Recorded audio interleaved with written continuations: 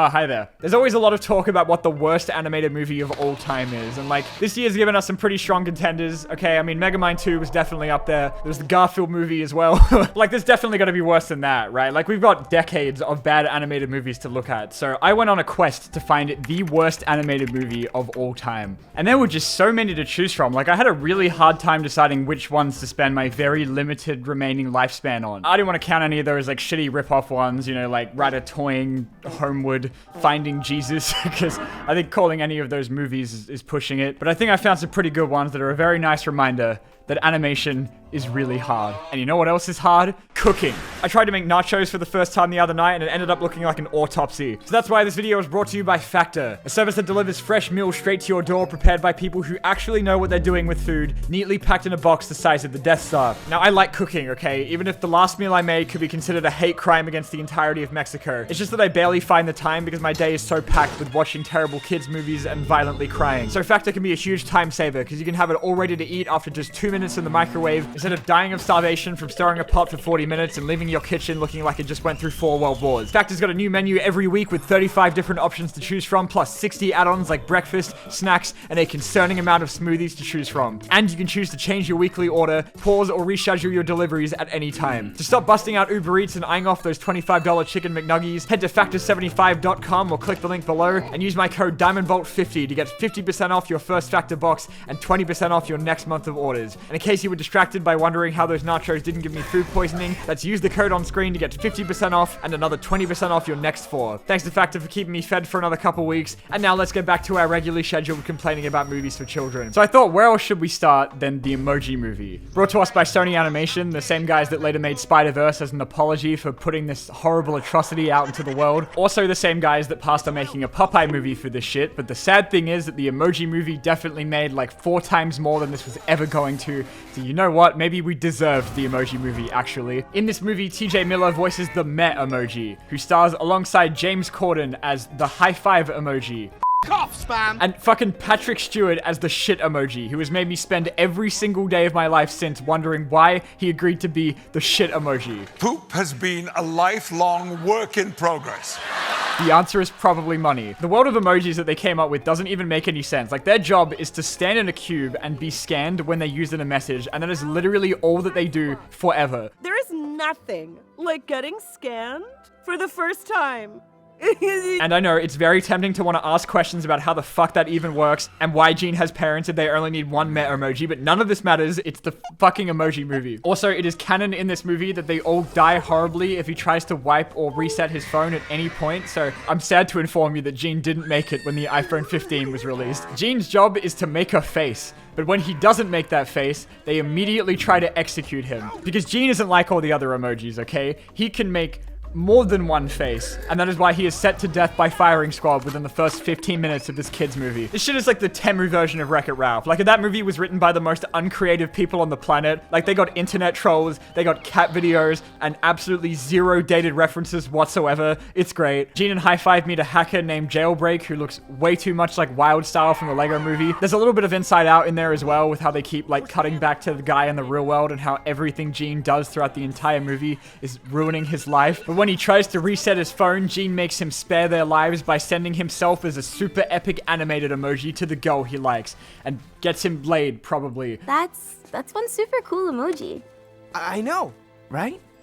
Now, any movie where you have to listen to TJ Miller and James Corden for an hour and a half is asking a lot, but unfortunately, the animators were actually trying a lot harder than everyone else was in this movie, so this movie looks way too good to be the worst animated movie ever made. Because as we're about to see, it can always get worse. Dude, humanity got fucking double tapped in 2016, because it also brought us Norm of the North. Except according to YouTube, this movie is from 2030, so maybe the world just literally wasn't ready for it yet. Everything that I know about Norm of the North is from its completely unhinged Twitter account that I'm pretty sure is run by some rogue employee that just stole the password. But I found out a couple days ago that there are 4 other Norm of the North movies. There are so many movies in this series. They made this shit an annual franchise for a bit. Who was asking for 4 Norm of the North movies, and where can I rent them, please? In Norm of the North, Rob Schneider is a polar bear that can twerk. Okay, memes aside, this movie's actually pretty fucking crazy. Too many humans are moving to the Arctic so they can see a twerking polar bear, so Norm has to go to New York to stop them, and from that point on, it becomes a film about approval ratings and investors. Norm becomes like the poster child for a real estate company that wants to build homes in the Arctic that's colluding with a corrupt congressman. Like, it legit becomes a low-key political thriller for a bit, and I am not even kidding. Norm of the North is woke as fuck, okay? It's got an anti-capitalist, pro-environmentalism, eat the rich message, which is ironic because this movie made like $50 billion. It's so based. Norm, can you please come out?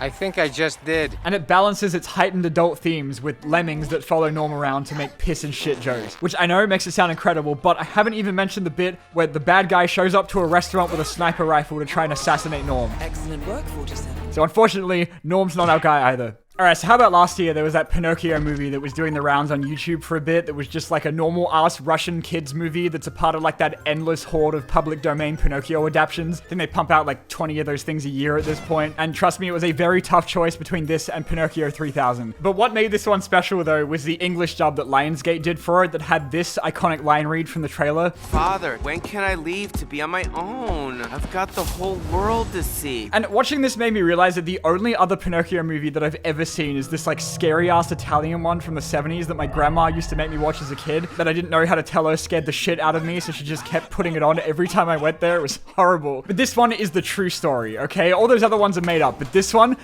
actually happened. People started making up some silly stories about growing noses and whatnot. They don't have any of that stupid shit in there like his nose growing. Please, that'd be ridiculous. That would take away screen time from the talking horse and fox. You're too unusual for this world. If I were in your boots, I'd use the word special. Now, there is actually a normal English dub of this movie that I accidentally watched about half of before I realized it was the wrong one. And it's genuinely the exact same script, it's just that Pinocchio now sounds like Morgs. Father, tell me, when can I leave to be on my own? I've got the whole world to see. When I tried to rent the funny one on Amazon, they immediately told me that my payment declined, but then let me watch it anyway. So maybe this movie's just cursed, dude, I don't know. Now, visually, this movie's not bad. I will give it that it does not hurt my eyes to look at. It's a shame about my ears, though. Just be careful, my son. Bye, Daddy! Pinocchio in this movie is voiced by 56-year-old Pauly Shore. I have no idea who that is, but God, he is giving this movie everything. We're looking for a fairy. Her name is Lucilda. None of his other lines are as good as the one in the trailer, but every time he speaks, it almost makes that $5 on Amazon worth it. Let's go, Tybalt. Great adventures await.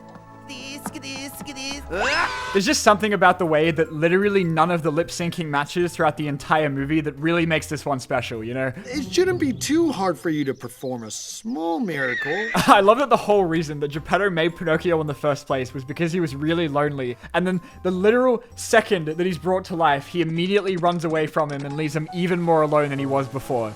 Nice. And he like runs away to join a circus group made up of a talking fox, a cat, and a British man. And I love that his act in the circus doesn't even involve him being like a sentient puppet. He's just like an acrobat. I feel like the fucking talking horse might be more interesting, but I don't know. The movie does end with maybe one of the most agonizing musical numbers I've ever heard in my entire life, where not a single line is in key or rhymes with each other. The cat, the fox are guilty, and Mangio Foco is their boss.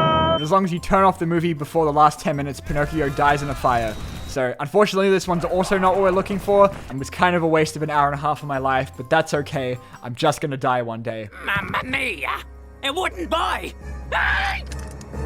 Okay, so when I'm doing a video like this, I can't not talk about Foodfight, which is maybe the most over-talked about shitty animated movie on YouTube. So you might be wondering, well, Adam, what could you possibly say about it that the other 5 million videos about Foodfight haven't already said? And to that I would say, absolutely nothing. Let's do it. I can't even describe to you what watching this movie is like. It's like a nightmare where half of the movie is missing. None of the scenes feel like they even connect to each other. Characters aren't standing in the same place that they were in from literally the previous shot. There's a character that has a different mic quality to everyone else. Everything is wrong all the time. Now phase 2 is up to Cheezel the Weasel. That idiot? I mean, fantastic. They said that this movie wasn't finished, but I don't even think it was started, okay? What can I say? Chicks dig chocolate. In Foodfight, we follow Dex, Dog Detective, where they really just chucked a dog in an Indiana Jones outfit and called it a day. And he's dating this hideous cat person voiced by Hilary Duff, who I'd like to mention was 15 when she filmed this, and Charlie Sheen was 37. You want a lick? guess. No. Dex also really likes eating raisins, and I think it's really funny that because he's a dog, that means he is actively suicidal and trying to kill himself throughout the entire movie. It warms my heart the way you love my raisins, tough guy. I wanna fucking kill myself. And along with his sidekick voiced by Wayne Brady, who somehow sexually harasses almost every woman in the movie. Oh, nice packaging. How about some chocolate frosting? They're part of like a world of food brand icons that call themselves Ikes, which genuinely sounds like a racial slur. Oh, okay, you little Ikes. Look, I don't know if you can say that. And every night the aisles in the supermarket they're in turn into a city, which doesn't make any sense if you think about it too hard, but don't worry about it. There's this bit where Dex goes to the real world and he flies into a box of food and ends up in like an ice world like it's Mario 64 or some shit. How the fuck does any of this work? Foodfight is also maybe one of the most messed up movies I've ever seen in my life. There's a scene where Dex shows up to like a crime scene full of dead bodies. Like, I want to know how you rubbed out all those Ikes last night. Foodfight has maybe the most on-screen deaths I've ever seen in a kid's movie. It's insane. I think I just wet myself. The story behind why Foodfight is the worst thing ever made is way more interesting than the actual movie itself, so we're going to talk about that now. So they first started working on this thing in 1997, and the original pitch for it was just to have like a bunch of food mascots sign off on being in the movie for the sake of cross-promotion. I think I read they managed to get like 80 brand mascots across 2 years before they even started making the actual movie. Wow, I can't believe the movie that was conceived entirely for profit turned out to not be very good. That's crazy. And looking at some of the old concept art, you can see that there was actually some effort being put into this at some point, but the official story of where it all went wrong was that apparently a year before the movie was meant to come out in 2003, the hard drives were stolen and they had to start the whole thing from scratch because not a single person thought to back up the movie at any point. Except that was a lie. Recently, a lot more people have been saying that it's more likely the movie was intentionally destroyed by its director so he could remake the whole thing with motion capture, which is really funny because nobody in this fucking movie moves like a real person. Now, I'm not saying that they had trouble meeting their deadlines and intentionally deleted the whole thing on purpose and then lied about it so they had more time,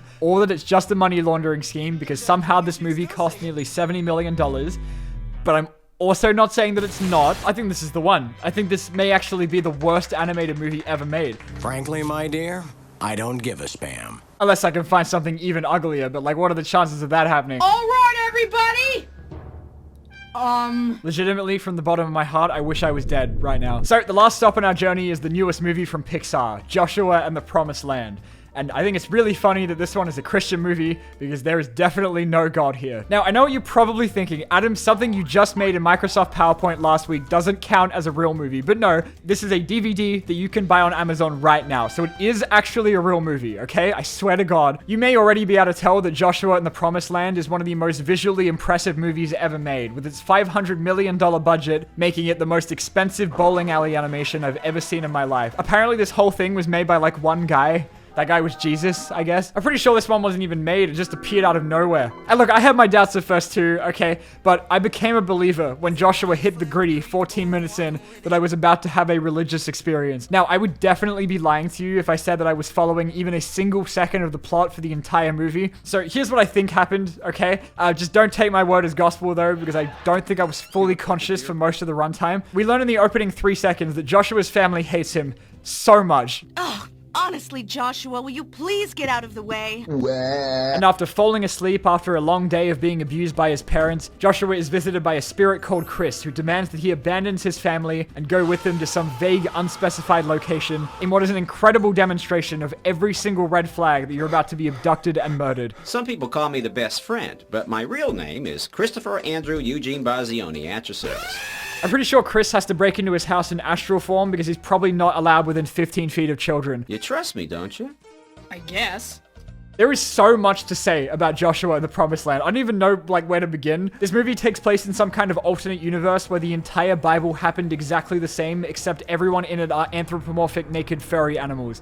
That's Moses. Oh yeah, that sure is. This movie has a vibe that I've, like, never seen before in my entire life. I don't even know how to describe it. It's only an hour long, but I was never bored at any point because you cannot look away from it or you're gonna miss, like, banger lines like this. But as commander of the army of the Lord, I have now come. I think if they'd shown this to us at my Christian school, I'd still believe in God. I don't know what this kid did to deserve this aside from get abused by his parents, but Joshua goes through hell in this movie.